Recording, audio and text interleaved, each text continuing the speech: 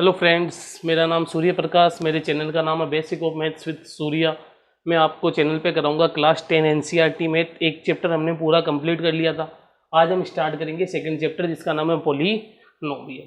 ठीक है, जैसा कि आप जानते हो फर्स्ट चैप्टर में हम यही बात करते हैं कि फर्स्ट क्लास में किसी भी चैप्टर की कि हमको क्या क्या पढ़ना है।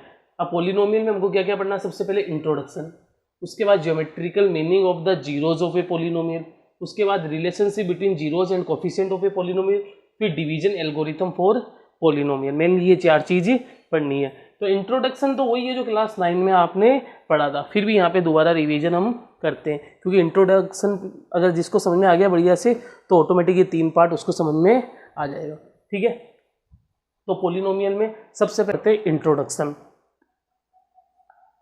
ठीक है, इंट्रोडक्शन को हमको सबसे पहले पढ़ना है, फिर एक एक चीज़ें हम पढ़ते जाएंगे। ठीक है, तो इंट्रोडक्शन में हमको पॉलीनोमियल का मतलब जानना है। किसका मतलब जानना है? पॉलीनोमियल का। तो पॉलीनोमियल का मतलब जानने से पहले हमें कुछ चीज़ों के बारे में जानना पड़ेगा, कुछ वर्ड्स होते हैं उनकी मीनिंग जाननी पड़ेगी। ठीक है, तो ऑटोमेटिक उससे क्या होगा, पॉलीनोमियल थोड़ा ईजी लगेगा। ठीक है, तो मैं आपको सिर्फ वर्ड्स लिख रहा हूँ और उसका मीनिंग बता रहा हूँ, आपको समझना है। सबसे पहले क्या होता है? कॉन्स्टेंट्स। प्रीवियस क्लास में आपने पढ़ा होगा। अब सबसे पहले है कॉन्स्टेंट्स। ठीक है, तो कॉन्स्टेंट्स का मतलब क्या होता है? ठीक है, a symbol having a fixed numerical value is called constants. मतलब ऐसे सिंबल्स जिनकी न्यूमेरिकल वैल्यू क्या हो, फिक्स हो, उन्हें हम क्या बोलेंगे? कॉन्स्टेंट्स। जैसे कुछ भी आप ले लो, 1, 2, 2/3, पाई, -1, -2 एक्सेट्रा। ये सब क्या है? इनकी न्यूमेरिकल वैल्यूज क्या है? फिक्स है, इसलिए हम इनको क्या बोलेंगे? कॉन्स्टेंट्स। देखो 2 इधर 2 है तो अमेरिका में भी 2 ही होगा। ऐसा थोड़ी कि अमेरिका जाती है 2 की वैल्यू 3 हो जाएगी या 2/3 की वैल्यू 1/3 हो जाएगी। ठीक है, तो ये वैसे सिंबल्स है जिनकी वैल्यू हर जगह क्या होती है? फिक्स होती है। 1 को इधर भी 1 कहेंगे तो उधर भी 1 ही कहेंगे। इसलिए कॉन्स्टेंट्स मतलब क्या होता है? एक तरीके से हम कह सकते हैं fix. A symbol having a fixed numerical value, ऐसे सिंबल जिनकी न्यूमेरिकल वैल्यू फिक्स हो उन्हें हम क्या कहते हैं? कॉन्स्टेंट्स कहते हैं। ठीक है, तो कॉन्स्टेंट्स के बाद अब आपको जानना है वेरिएबल्स। क्या? वेरिएबल्स। ठीक है, ए सिंबल विच में be assigned a different numerical value is called variables. ऐसे सिंबल जिनकी क्या हो? न्यूमेरिकल वैल्यू डिफरेंट हो जाए, अकॉर्डिंग टू कंडीशन वो क्या हो जाए? चेंज हो जाए, उन्हें हम क्या कहेंगे? वेरिएबल्स। जैसे एग्जांपल ले लो इसके, x, y, z, a etcetera. ये सब क्या? इनकी वैल्यू फिक्स कभी भी नहीं रहती, इनकी चेंज होती रहती है अकॉर्डिंग टू सिचुएशन। देखो जैसे यहाँ पे अगर मैं x + 1 = 4 लूँ तो प्लस का 1 उधर गया तो माइनस का 1, तो x में से 4 में से 1 गया तो कितना हुआ? 3। इस सिचुएशन, इस कंडीशन के अनुसार x की वैल्यू 3 आई। अगर मैं यहाँ पे x + 2 = 4 लूँ तो 4, 2 उधर गया तो x की वैल्यू यहाँ पे क्या आ गई? 2 आ गई। देखो x की डिफरेंट दो कंडीशन में 2 वैल्यू आ गई या नहीं आ गई? ऐसे आप इनफाइनाइट कंडीशंस होती है, हर कंडीशन के लिए इसकी वैल्यू क्या होगी? डिफरेंट होगी। वैसे x की जगह y, z, e कुछ भी रख दो, इसलिए ये सब किस में आते हैं? वेरिएबल्स में। लेकिन कॉन्स्टेंट तो फिक्स रहता है और वेरिएबल क्या होता है? चेंज होता रहता है। तो अभी तक मैंने आपको बताया कॉन्स्टेंट्स क्या होता है, वेरिएबल्स क्या होता है। ठीक है, अब हम देखते हैं, आगे चलते हैं। ये सब नोट डाउन करते चलो आप, ऐसे क्लास 9 की चीज़ है ये। ठीक है, अब हम देखते हैं अलजेब्रिक एक्सप्रेशन।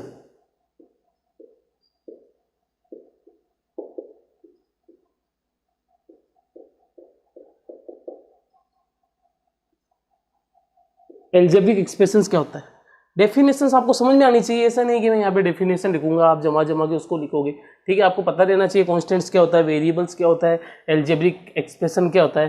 ठीक है, तो अलजेब्रिक एक्सप्रेशन क्या होता है? कॉम्बिनेशंस ऑफ, अलजेब्रिक एक्सप्रेशन की डेफिनेशन क्या कहती है? कॉम्बिनेशन ऑफ कॉन्स्टेंट्स,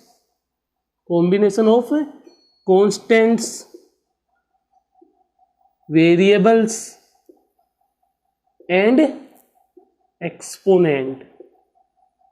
ये इसको पावर भी बोल सकते हो। ठीक है, combination of constants, variables and exponent. ठीक है, तो अगर इनका कॉम्बिनेशन होगा किस किस का? कांस्टेंट, वेरिएबल और एक्सपोनेंट का, तो जो कॉम्बिनेशन होके जो हमको चीज मिलेगी वो क्या होगा? जो भी अपन को एक्सप्रेशन मिलेगा उसको हम क्या कहेंगे? अलजेब्रिक एक्सप्रेशन कहेंगे। जैसे एग्जांपल, ठीक है, कॉम्बिनेशन कॉन्स्टेंट्स, वेरिएबल और एक्सपोनेंट, इनका कॉम्बिनेशंस, और एक चीज और, connected by the sign of fundamental operation of mathematics, और ये इनका कॉम्बिनेशंस किससे कनेक्ट होना चाहिए, फंडामेंटल साइन ऑफ मैथमेटिक्स, मतलब क्या क्या होता है, प्लस माइनस इंटू डिवाइड, इनसे कनेक्ट हुआ रहना चाहिए।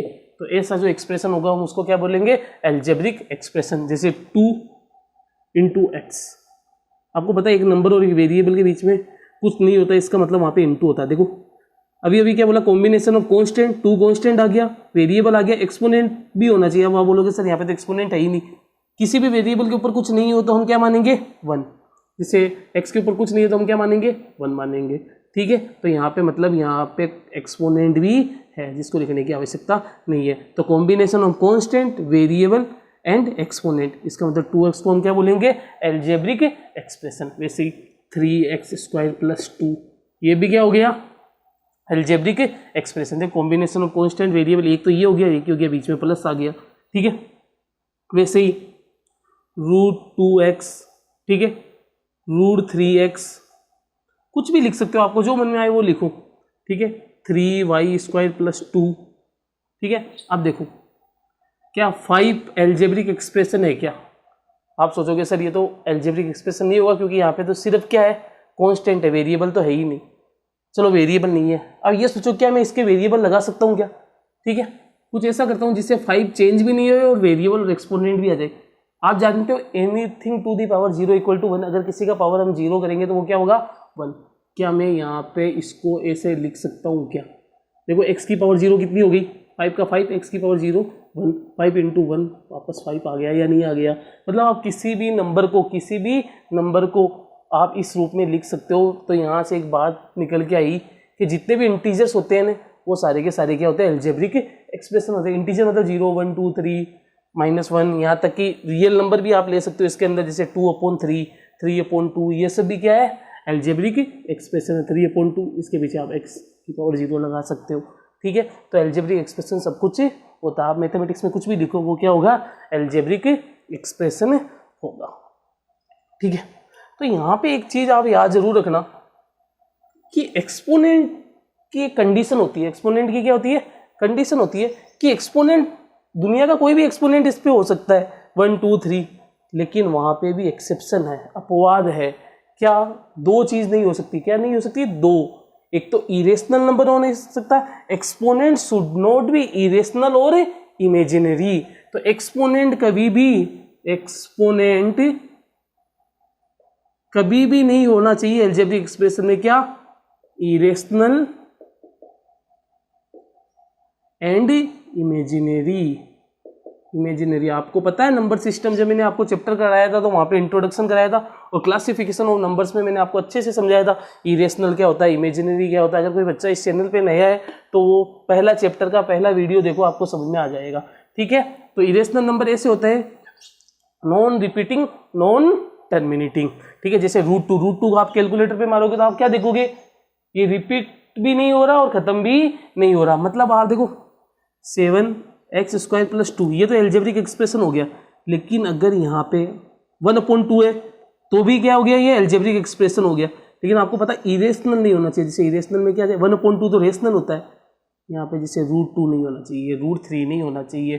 ठीक है, रूट के अंदर ऐसे नंबर जो बाहर नहीं निकल सके उसे हम क्या कहते हैं, इरेशनल नंबर कह सकते हैं। या कुछ ऐसा नंबर जो खत्म नहीं होता हो, 2, 3, 4 और रिपीट भी नहीं होता हो, उसे भी हम क्या कहते हैं, इरेशनल नंबर कहते हैं। तो कभी भी एक्सपोनेंट इमेजिनरी मतलब आयोटा, रूट के अंदर जैसे माइनस का साइन, √-4, ऐसा कुछ नहीं होना चाहिए।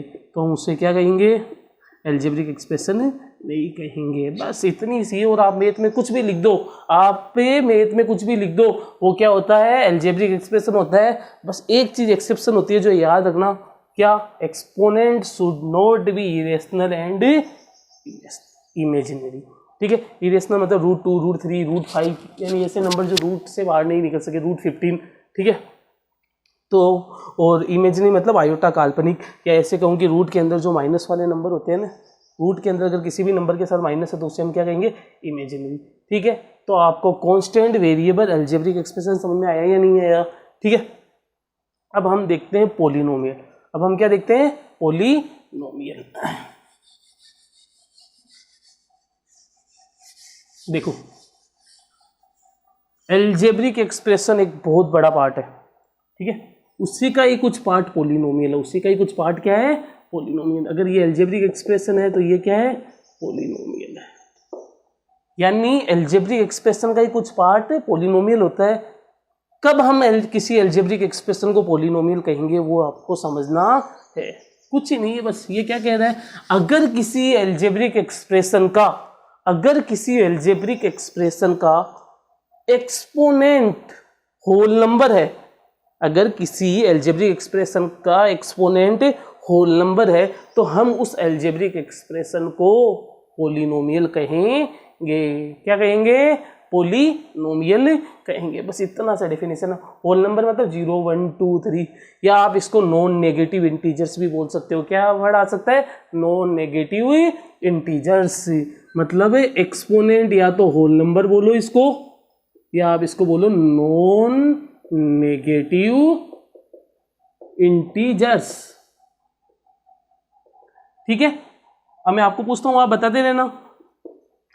2x² क्या एल्जेब्रिक एक्सप्रेशन है? आप बोलोगे हाँ है सर। क्यों? क्योंकि यहाँ पे क्या है, कांस्टेंट भी है, वेरिएबल भी है और एक्सपोनेंट भी है। अब बात आई कि कोई एल्जेब्रिक एक्सप्रेशन को अगर पॉलिनोमियल होना है तो वहां पे कंडीशन क्या है, बस एक ही कंडीशन है, exponent should be whole number या नॉन नेगेटिव इंटीजर्स। क्या दो होल नंबर है? क्या है। इसका मतलब ये एल्जेब्रिक एक्सप्रेशन होने के साथ साथ पॉलिनोमियल भी है। लेकिन अगर मैं आपको ऐसे लिख दूं 1/2, अब आप बोलोगे सर ये एल्जेब्रिक एक्सप्रेशन तो है लेकिन पॉलिनोमियल नहीं है, क्योंकि यहाँ पे ये क्या आ गया, फ्रैक्शन आ गया। क्या आ गया, फ्रैक्शन आ गया। फ्रैक्शन होल नंबर नहीं होता, ठीक है, ये पॉलिनोमियल नहीं है। अब मैं आपको बोलूं 2x√x, क्या ये है, क्या ये एल्जेब्रिक एक्सप्रेशन तो है लेकिन पॉलिनोमियल नहीं है, क्योंकि इसको अगर आगे सोल्व करूँ तो क्या मैं रूट के ऊपर इसको 1/2 के रूप में लिख सकता हूँ या नहीं लिख सकता हूँ? वापस ऐसा बन गया या नहीं बन गया? ठीक है, एल्जेब्रिक एक्सप्रेशन तो है लेकिन पॉलिनोमियल नहीं है। क्या √2x पॉलिनोमियल है क्या? हाँ, ये पॉलिनोमियल है, क्योंकि देखो इस x के ऊपर कुछ नहीं है, मतलब इसके ऊपर क्या है, 1 है। यहाँ पे कांस्टेंट पे चाहे 1/2 हो या 2/3 हो, उससे फर्क नहीं पड़ता। एक्सपोनेंट किसका देखा जाता है, वेरिएबल का देखा जाता है। ठीक है, तो ये √2x क्या हो गया, एल्जेब्रिक एक्सप्रेशन तो है, साथ ही साथ पॉलिनोमियल भी है। मैं आपको ये कहना चाह रहा हूँ कि वेरिएबल का एक्सपोनेंट होल नंबर होना चाहिए, यानी √3x + 2x², ये एल्जेब्रिक एक्सप्रेशन होने के साथ साथ पॉलिनोमियल भी है, क्योंकि x के ऊपर 1 आ गया और इधर x के ऊपर 2 आ गया। ठीक है, इसके साथ चाहे रूट हो या नहीं हो उससे कोई फर्क नहीं पड़ता, हमें तो वेरिएबल का एक्सपोनेंट देखना है। अब देखो √5x + 2√x, जब भी बीच में प्लस या माइनस हो तो पूरे को डिनोट करना चाहिए। इतना से को आप ऐसे मत मान लेना ये एल्जेब्रिक एक्सप्रेशन।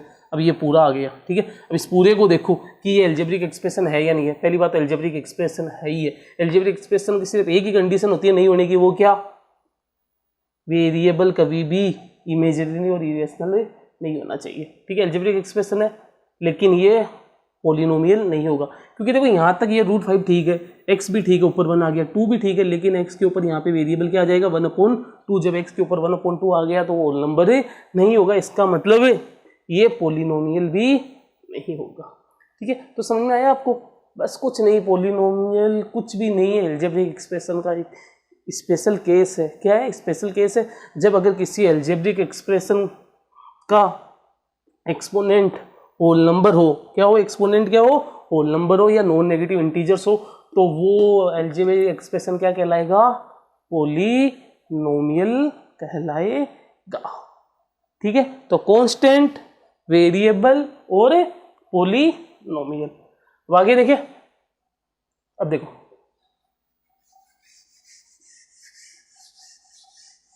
कोएफिशिएंट्स क्या होते हैं, कुछ वर्ड्स हैं जिनकी मीनिंग आपको आनी चाहिए। ठीक है, कोएफिशिएंट्स क्या होता है,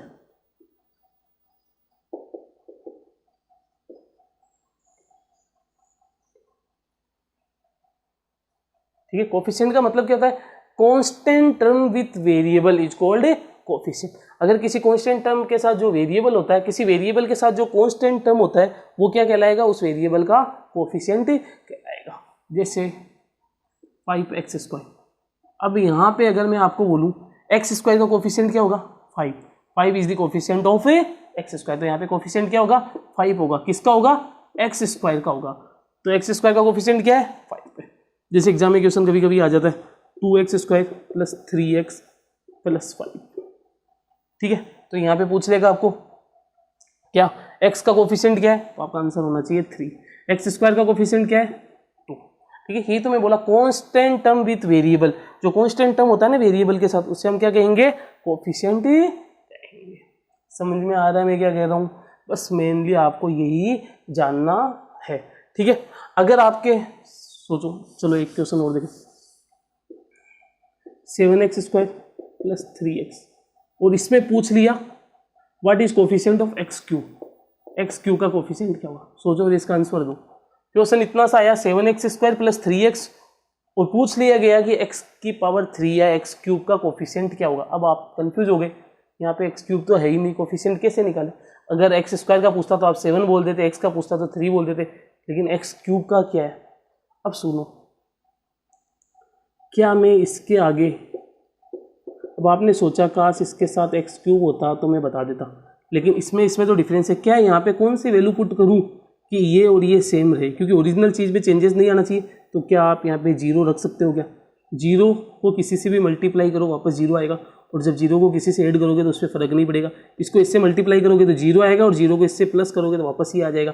अब देखो x³ का कोफिशिएंट क्या दिखाई दे रहा है 0, क्या दिखाई दे रहा है। मतलब कहने का मतलब है अगर कुछ अलग पूछ ले, इनमें से कुछ अलग वेरिएबल की पावर कुछ अलग दे दे, x⁴, x⁴ का कोफिशिएंट क्या होगा, तो ऑलवेज क्या होता है 0, क्योंकि उसको हम ऐड करके साइड में देख सकते हैं, जिससे इस पे और इस पे कोई फर्क भी नहीं पड़े।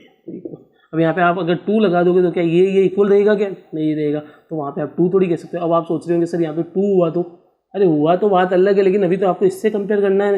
यहाँ पे इससे क्या रखोगे, इसमें कोई फर्क नहीं पड़े, वो एक ही पॉसिबल है, वो क्या है 0। इसलिए कुछ भी अलग वेरिएबल, अगर किसी वेरिएबल का एक्सपोनेंट अगर कुछ अलग दे दे जो क्वेश्चन में नहीं, और वहाँ पे आपको कोफिशिएंट पूछ ले तो क्या होगा 0।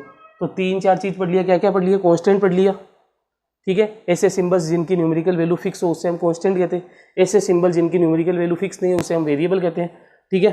और combination of constant variable and exponent connected by the sign of fundamental operations हो तो उसे हम अलजेब्रिक एक्सप्रेशन कहेंगे। अलजेब्रिक एक्सप्रेशन एक एक्सेप्शन होता है जो आपको पता रहना चाहिए, क्या exponent should not be imaginary and irrational number, ठीक है। उसके बाद मैंने आपको पोलिनोमियल बता दिया। पोलिनोमियल क्या है, अलजेब्रिक एक्सप्रेशन का एक छोटा सा टुकड़ा है।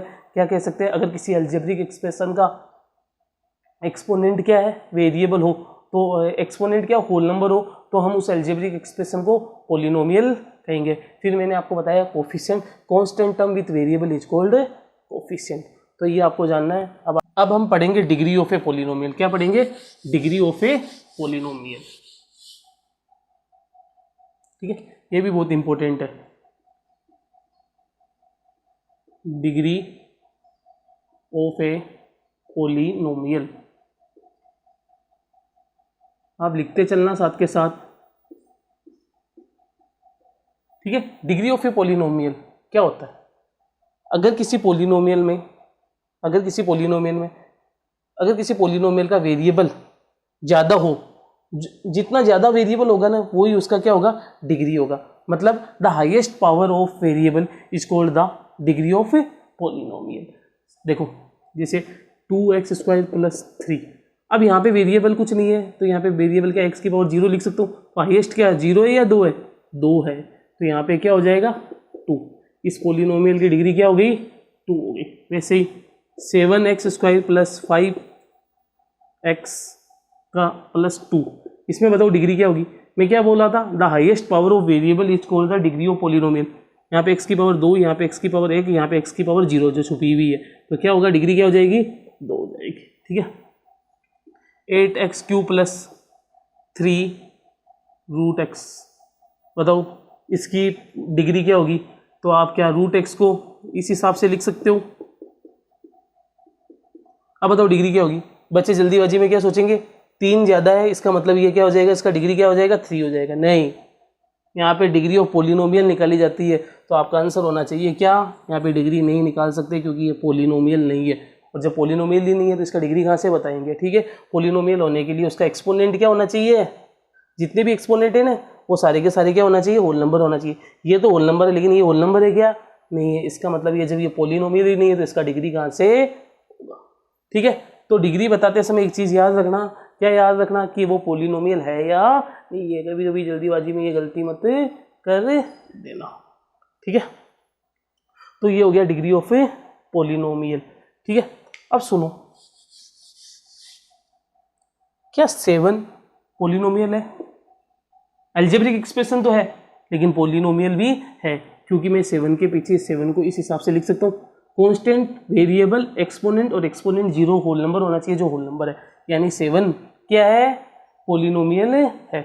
अब बताओ इस 7 का इसमें डिग्री क्या होगा, 0 होगा, यानी 7 की डिग्री क्या हो जाएगी, 0। वैसे 9 की डिग्री क्या हो जाएगी, 0, 10 की 0, 11 की 0। तो मैं ये कहना चाहता हूँ जो कांस्टेंट पोलिनोमियल्स होता है ना उसका डिग्री क्या होता है, 0 होता है। लेकिन एक बात सुनो, 0 खुद एक कांस्टेंट है, क्या है, कांस्टेंट है, इसका डिग्री क्या होगा। अब आप बोलोगे सर इसको भी मैं ऐसे लिख सकता हूँ, लिख सकते हो, और यहाँ पे ये 0 है कि इसका मतलब क्या हो जाएगा, 0 हो जाएगा। एक बात बताओ, इसको क्या आप ऐसे नहीं लिख सकते क्या, x की पावर 1 को 0 से मल्टीप्लाई करोगे तो ये भी तो 0 ही आएगा, इसको क्या आप ऐसे नहीं लिख सकते क्या। लेकिन इसको आप सिर्फ ये x की पावर 0 ही लिख सकते हो, यहाँ पे आप 7x की पावर 1 नहीं लिख सकते क्योंकि वापस 7 नहीं आएगा।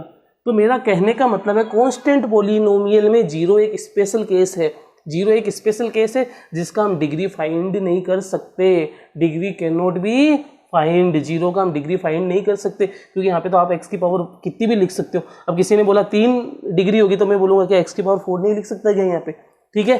तो इसीलिए कांस्टेंट पोलिनोमियल को 2 पार्ट्स में बांटा गया। कितने पार्ट्स में बांटा गया, 2 पार्ट्स में बांटा गया।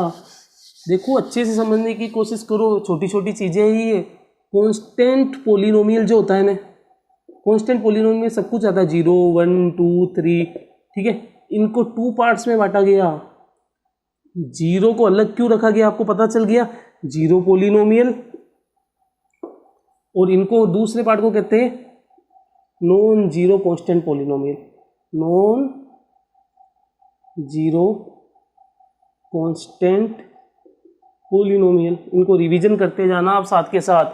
देखो जो 0 पोलिनोमियल में सिर्फ 0 आता है और इसकी डिग्री कभी भी फाइंड नहीं की जा सकती, degree can not be find, क्योंकि इसको आप 0x की पावर 1 भी लिख सकते हो, 0x की पावर 2 भी लिख सकते हो, 0x की पावर 3 भी लिख सकते हो, क्योंकि x की पावर 3 को 0 से मल्टीप्लाई करोगे तो वापस 0 आ जाएगा, इसको भी मल्टीप्लाई करोगे तो वापस 0 आ जाएगा। इसलिए 0 की डिग्री कभी भी फाइंड नहीं की जा सकती। डिग्री का मतलब क्या होता है, highest power of variable is called degree, ठीक है। अब नॉन जीरो कांस्टेंट में क्या गया, 1, 2, 3, इनकी डिग्री ऑलवेज कितनी होती है, 0 होती है। इनकी डिग्री ऑलवेज कितनी होती है, 0, क्योंकि 1 को आप 1x की पावर 0 ही लिख सकते हो। यहाँ पे आप 1 को 1x की पावर 1 नहीं लिख सकते, क्योंकि इसको कैलकुलेट करने पे वापस 1 आएगा क्या, नहीं आएगा, इसलिए इसकी डिग्री क्या हो जाएगी, 0। 2 की क्या हो जाएगी, 0। 3 की भी क्या हो जाएगी, 0। तो एक चीज़ याद रखना, नॉन जीरो कांस्टेंट पोलिनोमियल की डिग्री ऑलवेज कितनी होती है, 0 होती है। और 0 पोलिनोमियल की डिग्री कुछ नहीं होता, ठीक है। तो डिग्री ऑफ पोलिनोमियल के मैंने कुछ एग्जांपल्स दिए आपको। कांस्टेंट में मेनली याद रखना 0 पोलिनोमियल और non zero constant polynomial. Non zero constant polynomial का डिग्री ऑलवेज कितना होता है, 0 होता है, और 0 पोलिनोमियल की degree can not be find, ठीक है। छोटी छोटी चीज़ें आपको सिखाने की कोशिश कर रहा हूँ, कुछ भी चीज़ नहीं छोड़ के चल रहा हूँ, एक एक चीज़ आपको मैं बता रहा हूँ इसके अंदर, ठीक है। अब आप पे निर्भर करता है आप कितना इसको समझ सकते हो, ठीक है। एकदम चीज़ें ईजी है, सिस्टमेटिक तरीके से आपको पढ़ा रहा हूँ और आप इस चीज़ को एक एक चीज़ को नोट करते चलो। एक बार वीडियो नहीं समझ में आए दोबारा देखो, ठीक है। इससे ज़्यादा देखने की आवश्यकता ही नहीं है, इतना कुछ हार्ड थोड़ी है ये, ठीक है। डिग्री ऑफ ए पोलिनोमियल, ठीक है, मैंने आपको बता दिया। इस हिसाब से आप पढ़ोगे ना तो आप देखोगे यार आपकी मैथ सच में बहुत अच्छी हो गई, ठीक है। अब सुनो, डिग्री ऑफ पोलिनोमियल अभी तक जैसे मैंने आपको बताया 7x² + 3x, इसमें डिग्री क्या होगी, आप बोलोगे हाईएस्ट पावर, वेरिएबल का हाईएस्ट पावर, यहाँ पे 2 है तो 2 हो जाए। आपने देखा मैंने जितने भी एग्जाम्पल दिए वहाँ पे वेरिएबल एक ही लिया, क्या लिया, वेरिएबल एक ही लिया। अगर कुछ इस हिसाब से आ जाए तो 7x² y 3xy, अब यहाँ पे डिग्री, तो मैं अब आपको वो बताऊँगा डिग्री ऑफ पोलिनोमियल इन 2 और मोर वेरिएबल। अगर किसी पोलिनोमियल का, पहली बात तो हमारे कोर्स में मेनली यही आता है, फिर भी समझ लो, छोटी सी चीज़ है, अगर एक से ज़्यादा वेरिएबल हो, कभी कभार आ ही जाए, एक से ज़्यादा वेरिएबल हो तो वहाँ पे डिग्री कैसे फाइंड करते हैं। वेरिएबल मतलब देखो यहाँ पे x है, यहाँ पे लेकिन x y आ गया, छोटी सी चीज़ है। देखो डिग्री ऑफ पोलिनोमियल इन 2 और मोर वेरिएबल, ठीक है। अब सुनो, 9 क्लास में आता रहता है ऐसे क्वेश्चन, जैसे अभी आ गया 3x² y plus 5x⁴ y⁴, इसमें डिग्री क्या होगी। अब आप जानते हो हाईएस्ट जो सबसे ज़्यादा एक्सपोनेंट होता है, पावर होता है, उसी को हम डिग्री कहते हैं। लेकिन जब एक से ज़्यादा वेरिएबल हो तो एक चीज़ करो, इनके वेरिएबल्स के पावर को ऐड कर दो, ठीक है। तो यहाँ पे इसका पावर कुछ नहीं है, मतलब क्या माना जाएगा 1, 2 और 1 कितना हुआ 3। अब इसका एक्सपोनेंट 3 हो गया। अब यहाँ पे इसका एक्सपोनेंट कितना 4, इसका कितना है 3, 4 3 7। बताओ एक्सपोनेंट ज़्यादा किसका आ रहा है, इसका आ रहा है, मतलब यहाँ पे डिग्री कितनी हो जाएगी 7 हो जाएगी। ये मैं आपको चीज़ बताने की कोशिश कर रहा था, जब 2 या 2 से ज़्यादा वेरिएबल हो तो उन वेरिएबल के एक्सपोनेंट्स को ऐड कर दो, ठीक है। 5x⁴ x⁴ पूछ लिया जाता है इसका वेरिएबल क्या होगा, तो आप क्या करोगे, इन दोनों को जोड़ दो, क्योंकि एक ही यहाँ पे देखो एक टर्म ही है, यहाँ पे 2 टर्म है, क्योंकि प्लस और माइनस से टर्म क्लासीफाई होती है, एक टर्म 2 टर्म, यहाँ पे एक ही है तो एक की जोड़े तो कितना आ गया 7, मतलब 7 इसका क्या हो जाएगा डिग्री हो जाएगा, ठीक है। अब जैसे आपके पास क्वेश्चन आया 3x3 y4 2x⁴ √x, ठीक है, इसका डिग्री क्या होगा। पहली बात, कोई बच्चा अगर सही से पढ़ा है तो वो देखते ही बोल देगा सर इसका डिग्री हम फाइंड नहीं कर सकते। क्यों? क्योंकि देखो ये पूरे को आप पोलिनोमियल बोलोगे, ये पोलिनोमियल हो रहा है 3 4, यहाँ पे 2, √x मतलब क्या हो गया होल नंबर है क्या, नहीं, x के ऊपर 1/2 जाएगा, और जब 1/2 जाएगा इसका मतलब ये पोलिनोमियल ही नहीं है, तो डिग्री फाइंड करने। अब यहाँ पे आपने 4 3 7 कर लिया, यहाँ पे 2 + 1/2 ही तो उतरेगा, क्योंकि √x को आप x⁴ 1/2 लिख सकते हो, और जब इसको करोगे तो आप 5/2 आ जाएगा, और इसको 3, तो उस हिसाब से आप जल्दीबाजी में बोल दोगे 5 में 2 का भाग दिया तो 2.5 आया, ये 3 आया, ये होगा। लेकिन ये पोलिनोमियल ही नहीं है, ये पोलिनोमियल ही नहीं है, तो इसका डिग्री फाइंड नहीं कर सकते। मैंने अभी आपको बोला था जब भी डिग्री फाइंड करना हो तो आप ये चेक कर लो कि वो पोलिनोमियल है या नहीं है। तो मैंने आपको बताया था एक वेरिएबल में डिग्री कैसे निकालते, और एक से ज़्यादा वेरिएबल हो तो डिग्री कैसे फाइंड करते हैं। तो ये मेनली कॉन्सेप्ट हुआ डिग्री का।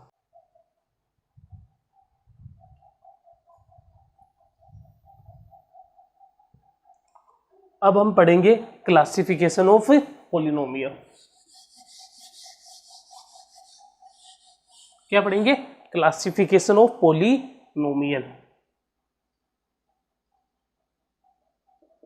क्लासिफिकेशन ऑफ पोलिनोमियल,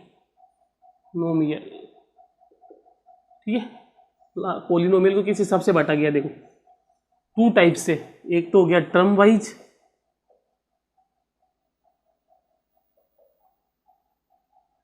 दूसरा हो गया डिग्री वाइज,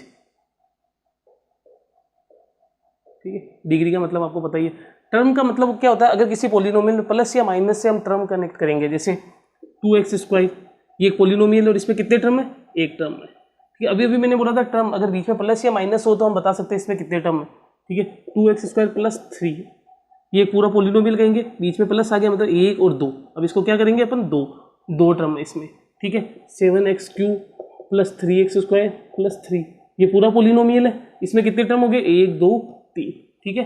बीच में माइनस भी हो सकता है, प्लस भी हो सकता है, ठीक है। तो इनटू वाले जो होते हैं ना उसको तो हम एक टर्म बोलेंगे, और बीच में जब प्लस या माइनस हो जाए तो उनको टर्म वाइज काउंट करेंगे, जैसे बीच में एक प्लस आ गया एक माइनस आ गया तो 1 टर्म 2 टर्म 3 टर्म, ठीक है। ये इनटू होता तो ये पूरा एक ही कहलाता, क्योंकि 3 3 जा 9x² हो जाता, ठीक है। तो ये क्या आ गया, टर्म वाइज, ठीक है। तो अब आप सबसे पहले देखोगे कि टर्म वाइज क्या क्या होता है। अब आपको थोड़ा सा समझ में आ गया कि टर्म वाइज में तो उसको टर्म गिन के बोलेंगे, एक स्पेशल नेम होता है। देखो सबसे पहले मैं आपको टर्म वाइज बता रहा हूँ, टर्म वाइज का 1 नंबर मोनोमियल, मोनो, किसी पोलिनोमियल को हम मोनोमियल जब बोलेंगे जब उसमें एक टर्म हो उसे हम क्या बोलते हैं? मोनोमियल। One term. एग्जाम्पल जैसे 7x², इसको हम क्या बोलेंगे? मोनोमियल बोलेंगे, क्योंकि बीच में प्लस या माइनस नहीं है, तो इसको हम क्या बोलेंगे? एक टर्म। क्या बोलेंगे? सिर्फ एक टर्म। कुछ भी लिख सकते हो आप, पोलिनोमियल होना जरूरी है बस वो। √2x3 ये भी एक टर्म हो गया, ठीक है, कुछ भी लिख दो, वो सब क्या होगा? मोनोमियल। जहाँ पे एक टर्म जिसमें इंटू हो उसे हम क्या बोलेंगे? मोनोमियल। मतलब एक टर्म हो, एक टर्म को हम क्या बोलते हैं? मोनोमियल। मोनो का मतलब ही एक होता है, बाइनोमियल। बाइनोमियल समझ में आ रहा होगा आपको? बाइनोमियल मतलब टू टर्म। बाइनोमियल का मतलब कितना होता है? टू। जैसे 3x², ये एक मोनोमियल है, लेकिन बीच में प्लस या माइनस से एक टर्म और आ जाए तो हम उसे बाइनोमियल कह देंगे, +7x, ठीक है। या √2x + 1 + 5, कुछ भी लिख दो, ये सब क्या हो गए? बाइनोमियल। देखो दो टर्म है या नहीं, एक्सेट्रा बहुत सारे हो जाएंगे। मोनोमियल हो गया, बाइनोमियल हो गया, नंबर ट्राइनोमियल। इसको हम क्या बोलेंगे? 3 टर्म। जैसे ax³ + 2x + a की जगह यहाँ पे आप 5 लिख दो, 5x³ + 2x + 3, ये सब क्या हो गया? 3 टर्म का। ये देखो 3 टर्म है या नहीं इसके अंदर, तो इसको हम क्या बोलेंगे?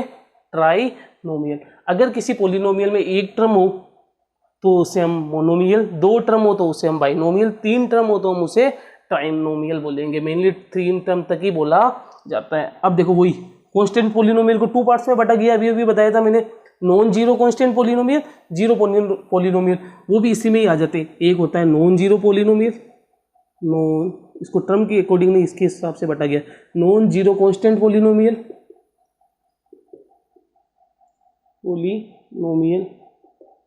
जैसे 1, 2, 3, 2/3 पाई, ये सारे इसके अंदर आगे। नॉन जीरो कांस्टेंट पोलिनोमियल की डिग्री ऑलवेज कितनी होती है? 0 होती है, क्योंकि पाई के आगे भी आप x की पावर 0 लगा सकते हो, 2/3 के आगे भी x की पावर 0 लगा सकते हो। लेकिन 0 के आगे आप x की पावर 0 लगा सकते हो, लेकिन x की पावर 1, x की पावर 2 सब कुछ लगा सकते हो। और चौथा पांचवा नाम आ गया इसका जीरो पोलिनोमियल। जीरो पोलिनोमियल में सिर्फ 0 आता है। क्या आता है इसका एग्जाम्पल? 0।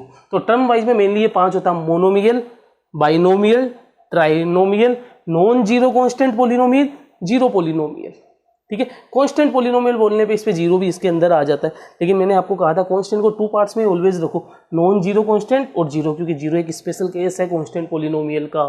तो ये हो गया टर्म वाइज। तो टर्म गिन के आप बता सकते हो मोनोमियल है, बाइनोमियल है या ट्राइनोमियल है, ठीक है। सीधा नंबर देखो तो 1, 2, 3, 2/3 पाई, ये सब कुछ भी आप देखो, रियल नंबर्स देखो, 0 को छोड़ के, तो वहाँ पे क्या बोल दोगे? Non zero constant polynomial. और जीरो पोलिनोमियल तो आप जानते ही हो, 0 होता ही है, ठीक है। ये हो गया आपके टर्म वाइज। अब मैं आपको बता दूं, इसको नोट कर लो आप। अब मैं आपको बताता हूँ डिग्री वाइज। किसके वाइज? डिग्री वाइज क्लासीफाई कैसे किया गया है पोलिनोमियल को। तो पूरा थ्योरेटिकल पार्ट समझा रहा हूँ आपको पोलिनोमियल का। पोलिनोमियल को आपको 0 से लेके हीरो लेवल तक पढ़ा रहा हूँ, ए से लेके जेड लेवल तक, ठीक है। ये जितनी मैं थ्योरेटिकल पार्ट इसमें पढ़ा रहा हूँ, अगर आपने इसको बढ़िया से पढ़ लिया तो आप देखोगे कि कोई कॉन्सेप्ट आपका छूटेगा ही नहीं पोलिनोमियल में, ठीक है। अब डिग्री वाइज,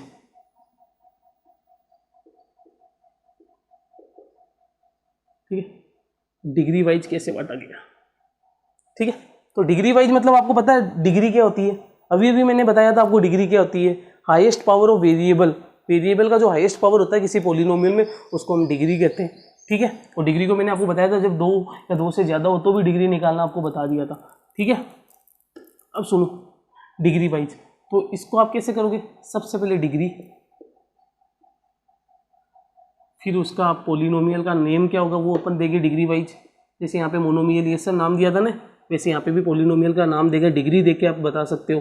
तो फिर इसका एक एग्जाम्पल भी लिख लेंगे जिससे आपको कन्फ्यूजन भी नहीं हो, ठीक है। तो सबसे पहले डिग्री हम शुरुआत करते हैं 0 से शुरुआत होगी, ऐसा तो है नहीं -1 -2 से शुरुआत करेंगे, क्योंकि पोलिनोमियल की डिग्री बताना, और डिग्री हमेशा वेरिएबल से कनेक्ट, पावर से कनेक्ट करती है। और आपको पता है पोलिनोमियल में पावर क्या होता है? होल नंबर होता है। तो यहाँ पे नेगेटिव तो आ ही नहीं सकता कि होल नंबर तो 0 से स्टार्ट होता है। तो अगर 0 अगर किसी पोलिनोमियल की डिग्री है तो उसे क्या कहेंगे?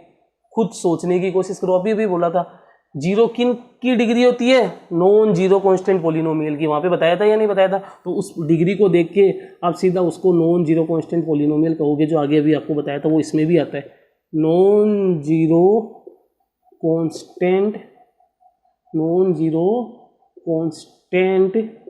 पॉलिनोमियल।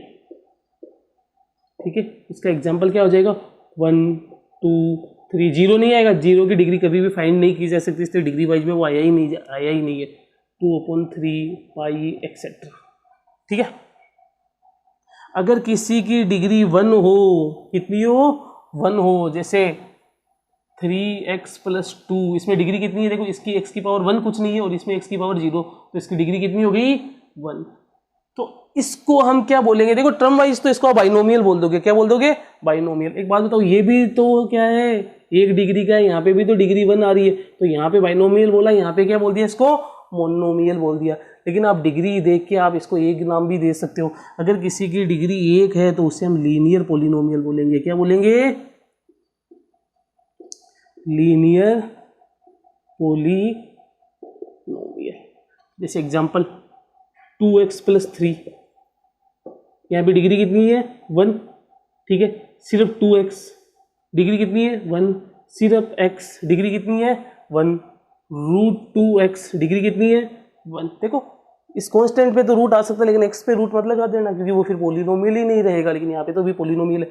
अब यहाँ पे देखो, अगर इसको टर्म वाइज बोलना तो आप इसको क्या बोलोगे? बाइनोमियल। और डिग्री वाइज बोलना तो इसको आप क्या बोलोगे? Linear polynomial. Term wise monomial, लेकिन degree wise linear. Degree wise linear, term wise monomial. ये भी term wise monomial, degree wise linear, क्योंकि इस समय डिग्री क्या है? 1 है। वैसे डिग्री अगर 2 हो तो हम उसे क्या बोलेंगे? Quadratic polynomial. क्वाड्रेटिक का क्वाड्रा का मतलब ही होता है स्क्वायर। Quadratic polynomial. चलो एक चीज और बताता हूँ आपको। लीनियर पॉलिनोमियल का स्टैंडर्ड फॉर्म क्या होता है लिखने का? ax + b। स्टैंडर्ड फॉर्म क्या होता है? ax + b के हिसाब से लिखा रहना चाहिए। कम हो सकता है, लेकिन स्टैंडर्ड ज्यादा से ज्यादा 2 टर्म हो सकती है। लीनियर पॉलिनोमियल में कितने टर्म हो सकती है? 2 हो सकती है। कम हो सकती है, जैसे इसमें 1 टर्म हुआ, लेकिन 2 टर्म से ज्यादा नहीं हो सकता।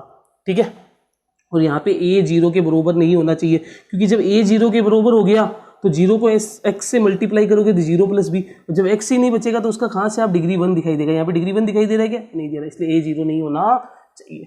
दूसरा, अब आ गया आपके क्वाड्रेटिक। क्या आ गया? Quadratic polynomial. क्वाड्रेटिक पॉलिनोमियल जिसकी डिग्री 2, इसका स्टैंडर्ड रूप होता है ax² + bx + c। इसमें मैक्सिमम 3 टर्म हो सकते हैं, लेकिन a 0 के बराबर नहीं होना चाहिए। देखो, a को 0 के बराबर क्या दो, 0 को फिर x² से मल्टीप्लाई करोगे तो ये पूरा 0 हो जाएगा, और जब 0 आ जाएगा तो यहाँ पे x की पावर 1 ही रहेगी, x की पावर 2 रहेगी क्या? नहीं रहेगी, तो ये लीनियर में कन्वर्ट हो जाएगा।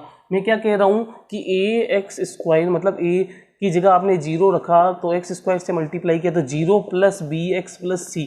तो बताओ ये कहाँ से फिर क्वाड्रेटिक रहा? ये तो bx + c, मतलब यहाँ पे तो डिग्री 1 है, मतलब ये लीनियर में कन्वर्ट हो जाएगा। इसलिए यहाँ पे a 0 नहीं होना चाहिए। ये 0 हो जाओ चाहे, लेकिन ये नहीं होना, क्योंकि ये 0 होगा तो ये टर्म कम हो जाए, तो 2 तो रहेगा ही नहीं, इसलिए डिग्री तो 2 रहेगी, तो क्वाड्रेटिक रहेगा। लेकिन ये 0 हो जाओ, लेकिन यहाँ पे देखो ये a को 0 नहीं होना पड़ेगा।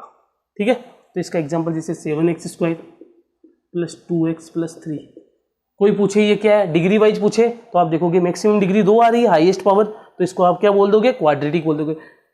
अगर आपको किसके वाइज पूछे, टर्म वाइज, तो 1 2 3 टर्म है, मतलब ट्राइनोमियल। ठीक है, आपको पता है मैक्सिमम 3 टर्म से ज़्यादा नहीं हो सकता। मैक्सिमम 2 डिग्री 2 वाले में क्वाड्रेटिक में 3 टर्म से ज़्यादा नहीं हो सकता। कम में देखो, आप इसको 7x² के रूप में भी लिख सकते हो, आप इसको √7x² भी बोल सकते हो, 7x² + 3 भी बोल सकते हो। ठीक है, ये सारे में देखो डिग्री, इसमें भी डिग्री 2 आ रहा है, इसमें भी डिग्री 2 आ रहा है। इसका अगर डिग्री पूछता तो 2 ही होता, इसका भी डिग्री 2 होता है। ये सब क्या है? Quadratic polynomial. तो छोटे छोटे क्वेश्चंस उठ के आते हैं। कंपटीशन जब आप आगे जाके दोगे ना, तो आप देखोगे कि लीनियर पॉलिनोमियल में मैक्सिमम कितने टर्म हो सकते हैं? 2 टर्म हो सकते हैं। ठीक है, क्वाड्रेटिक में कितने हो सकते हैं? 3 टर्म हो सकते हैं। ठीक है, ये सब चीजें हैं। अब देखो क्यूबिक पॉलिनोमियल। कौन सा पॉलिनोमियल आ गया? क्यूबिक। नाम से पता चल रहा है 3, जिसका स्टैंडर्ड फॉर्म होता है ax³ + bx² + cx + d, और वहां पे a ≠ 0 जीरो, ए जीरो नहीं होना चाहिए, अगर ए जीरो हुआ तो 3 हट जाएगा और 3 हट जाएगा तो डिग्री 3 रहेगी ही नहीं। ठीक है, मैक्सिमम 4 टर्म हो सकता है, ये सी एक्स प्लस डी है, a x cube plus b x square plus c x plus d, तो इसके एग्जाम्पल हो जाएंगे 2x cube plus 3x square plus 5x plus 6, या छोटे से छोटा आप इसको ऐसे भी लिख सकते हो 2x क्यूब। देखो यहाँ पे भी डिग्री 3 आ रही है तो आप इसको क्या बोल दोगे, क्यूबिक पोलिनोमियल बोल दोगे। ठीक है, 7x स्क्वायर। ठीक है, तो इस हिसाब, सॉरी 7x क्यूब, इस हिसाब से आप इसको क्या बोल सकते हो, क्यूबिक पोलिनोमियल बोल सकते हो। अब एक और बता देता हूँ लास्ट, ऊपर बता रहा हूँ इसको मैं। ठीक है, क्या बता रहा हूँ, डिग्री वाइज में 3 हो गया, 0 1 2 3। अगर डिग्री 4 हो लास्ट तो हम उसे बाई क्वाड्रेटिक पोलिनोमियल बोलेंगे। क्या बोलेंगे, BIQUADRATIC, बाई क्वाड्रेटिक पोलिनोमियल। तो इसको हम लिख सकते हैं AX4 plus BX3 plus CX square plus DX। तो इस हिसाब से आप इसको लिख सकते हो, प्लस E, और जहाँ पे A is not equal to 0 मतलब कुछ भी लिख सकते हो ना आप, 2x4 3x स्क्वायर, ये इतना सा भी चलो क्या हो जाएगा, बाई क्वाड्रेटिक, क्योंकि डिग्री 4 आ गई या नहीं आ गई, सिर्फ x की पावर 4, ये भी इसका एग्जाम्पल हो जाएगा, √2x की पावर 4, ये भी इसका एग्जाम्पल हो जाएगा। तो जैसे जैसे मैं बोलता हूँ √2x की पावर 4, तो वहाँ पे समझ लो, अगर राइटिंग समझ में नहीं आ रही तो x की पावर 4, तो इस हिसाब से बाई क्वाड्रेटिक। तो डिग्री वाइज क्या क्या हो गया, 0 1 2 3। जब 0 पर डिग्री, मेन आपके ये 3 काम के ये कम पूछा जाता है ये। ठीक है, जब डिग्री 0 हो तो नॉन जीरो कांस्टेंट पोलिनोमियल 1 2 3, 0 को इसमें लिया नहीं गया क्योंकि 0 की डिग्री फाइंड नहीं की जा सकती। जब डिग्री 1 हो तो उसे हम लीनियर पोलिनोमियल कहेंगे, 2x प्लस 3 2x, इसका standard form ax plus b होता है। जब 2 हो तो क्वाड्रेटिक, जब डिग्री 3 हो तो क्यूबिक, और डिग्री आपको बताया ही था निकालने, डिग्री 4 हो तो बाई क्वाड्रेटिक पोलिनोमियल बोलते हैं। टर्म वाइज में आपको बता दिया था, monomial, binomial, trinomial, non zero constant polynomial, zero polynomial. ठीक है, तो मेनली आपके ये था डिग्री का कॉन्सेप्ट। ठीक है, तो आपको क्लासिफिकेशन ऑफ पोलिनोमियल भी समझ में आ गया, पोलिनोमियल का मतलब ही कांस्टेंट भी समझ में आ गया, कांस्टेंट किसे कहते हैं समझ में आ गया, वेरिएबल समझाया, अलजेब्रिक एक्सप्रेशन समझाया, पोलिनोमियल समझाया, कोफिशिएंट समझाया, डिग्री समझाया, डिग्री ऑफ 2 और मोर वेरिएबल समझाया, क्लासिफिकेशन ऑफ पोलिनोमियल समझा दिया। ठीक है, आपको ये समझ में आ गया। अब आगे चले,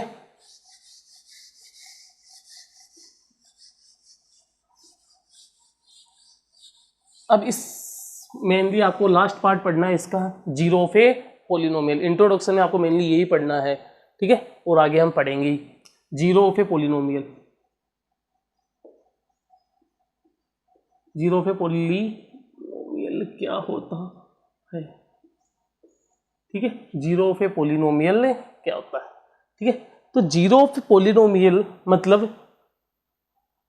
कि value of variable eight which value of polynomial become zero is called the zero of A polynomial. मतलब वेरिएबल की वो वैल्यू जहां पे पोलिनोमियल पूरा का पूरा ही जीरो बन जाए तो उस वैल्यू को हम जीरो पोलिनोमियल कहेंगे।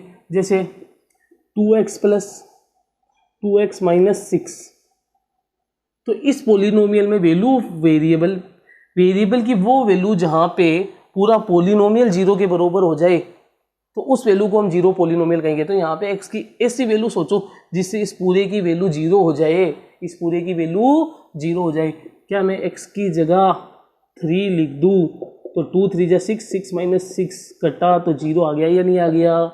मतलब यहाँ पे जीरो पोलिनोमियल क्या आ गया, जीरो ऑफ पोलिनोमियल। पोलिनोमियल यहाँ पे कौन किसकी बात हो रही है, 2x माइनस 6 का क्या आ गया, 3। क्या आ गया, 3 आ गया। तो जीरो पोलिनोमियल कुछ ही नहीं था, zero value variable eight which value polynomial become zero is called the zero polynomial. यहाँ पे कोई बच्चा ये मत सोचना जीरो नाम आ रहा है इसका मतलब जीरो आएगा, इसका मतलब है जीरो आएगा। ठीक है, तो जीरो पोलिनोमियल आपको समझ में आ गया। तो जीरो पोलिनोमियल, और जीरो भी हो सकता है लेकिन इसका मतलब ये नहीं कि जीरो ही होगा। ठीक है, कुछ भी वैल्यू आ सकती है। 7x माइनस 42, अब यहाँ पे x की जगह आप क्या लिखोगे 6 42, 7 6 जा 42 कट्टा, तो यहाँ पे जीरो पोलिनोमियल क्या आ गया 7 आ गया। तो जीरो पोलिनोमियल आपको समझ में आया कि value of x eight which value of polynomial become zero is called the zero of A polynomial. तो ये जीरो पोलिनोमियल है। बस जीरो पोलिनोमियल में कोई बच्चा ये मत सोच लेना कि यहाँ पे जीरो ही होगा हमेशा, जीरो भी हो सकता है, कुछ ऐसी सिचुएशन भी आएगी जहाँ पे जीरो होगा, ठीक है, लेकिन जीरो के अलावा भी कुछ हो सकता है। और जीरो पोलिनोमियल एक से ज़्यादा भी आ सकता है। जैसे अब क्वाड्रेटिक पोलिनोमियल होगा वहाँ पे कितना जीरो होंगे, 2 होंगे। ये लीनियर पोलिनोमियल के एग्जाम्पल ये, तो यहाँ पे जीरो कितने आ गए, 1 आ गए। अब आप आगे ये सब चीज़ों को और समझोगे, ठीक है। अब देखो जीरो पोलिनोमियल में एक छोटी सी चीज़ और बता देता हूँ मैं आपको। वही वापस कांस्टेंट वाला फंडा आ गया। कांस्टेंट पोलिनोमियल 2 पार्ट्स में है। कांस्टेंट पोलिनोमियल कितने पार्ट्स में है, 2 पार्ट में। नॉन जीरो कांस्टेंट पोलिनोमियल और जीरो पोलिनोमियल। एक जीरो पोलिनोमियल अलग होता है और जीरो पोलिनोमियल अलग होता है। जीरो पोलिनोमियल तो एक डेफिनेशन है, जीरो पोलिनोमियल का एग्जांपल जीरो खुद ही है। यहाँ पे 1 2 2/3 पाई कुछ भी आ सकता है। अब नॉन जीरो कांस्टेंट पोलिनोमियल का जीरो क्या होगा, ये भी तो एक पोलिनोमियल ही है ना, इनके भी तो जीरो होना चाहिए। मतलब क्या, आप पहले तो इसको आप पोलिनोमियल के रूप में लिखो। क्या 2 को 2x⁻0 लिख सकते हो? अब ये पोलिनोमियल के रूप में लिखा गया। अब सोचो x की ऐसी क्या वैल्यू लिखूं कि पूरा का पूरा जीरो बन जाए। अब आप 2x की जगह आपने 1 लिख के देखा तो 1 की पावर 0 भी कितनी होती है, वापस 2 आ गया, ठीक है। x की जगह आपने 2 रख के देखा तो 2 की पावर भी कितनी होती है, 2 की पावर 0 भी कितनी होती है, 1 होती है, तो वापस 2 आ गया। मतलब मैं कहना चाह रहा हूं कि नॉन जीरो जितने भी पोलिनोमियल है उसका जीरो पोलिनोमियल होता ही नहीं है। यहाँ पे x की ऐसी वैल्यू पॉसिबली नहीं है जो इस 2 को जीरो बना दे, क्योंकि इसके ऊपर जीरो बैठा है। और यहाँ पे आप x की कोई भी वैल्यू रख लो वो हमेशा 1 ही आएगा। क्या आएगा, 1, और 1 को 2 से मल्टीप्लाई करोगे तो 2 ही आएगा। ये एक बहुत अच्छी चीज आप समझने की कोशिश करो। क्या, नॉन जीरो कांस्टेंट पोलिनोमियल का कभी भी जीरो नहीं होता, जीरो ये वाला नहीं होता। अब बात आई जीरो पोलिनोमियल का। देखो अच्छे वर्ड से सुनने में अजीब लगेगा लेकिन इसकी बारीकता को समझने की कोशिश करो।